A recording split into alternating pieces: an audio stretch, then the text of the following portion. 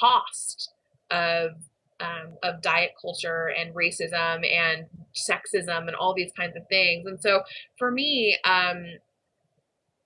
like choosing myself, like choosing to take care of myself, choosing to be myself, struggling to maintain authenticity, doing the work that I need to do to prioritize myself and treat myself with humanity, and compassion. Those things are deeply political acts in a culture that teaches us to conform, to prioritize cultural needs over our own, that in a culture that really promotes inauthenticity.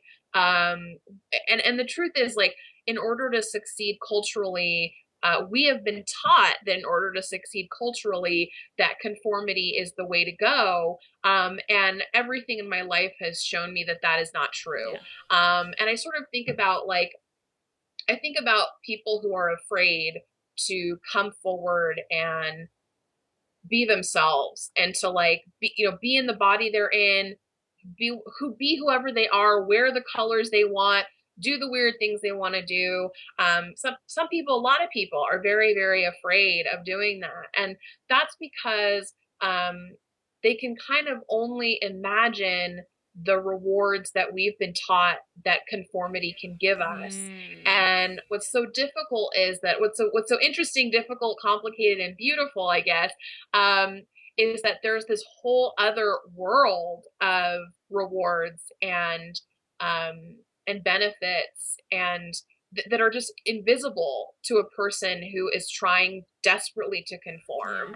And I mean, like, one of my favorite analogies is the Chuck E. Cheese patriarchy analogy, which is like, I like to think of patriarchy and, like, the culture at large as like a Chuck E. Cheese, right? Like, and we do like, we conform and we get a ticket, and this ticket, we get to take it to the prize booth and we get to buy, like, a shitty stuffed toy.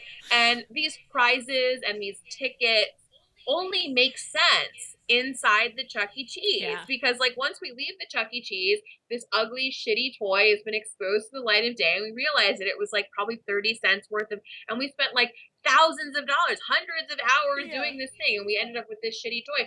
And I sort of feel like, I'm like, girl, walk outside of the Chuck E. Cheese. That's how I kind of feel. Like, for me, I'm like, it's gotten to a point where it's like a no-brainer, where I'm, like, trying to get people to just, I'm like, trust me, take the leap, leave the Chuck E. Cheese, and there's, like, a whole world outside, girl.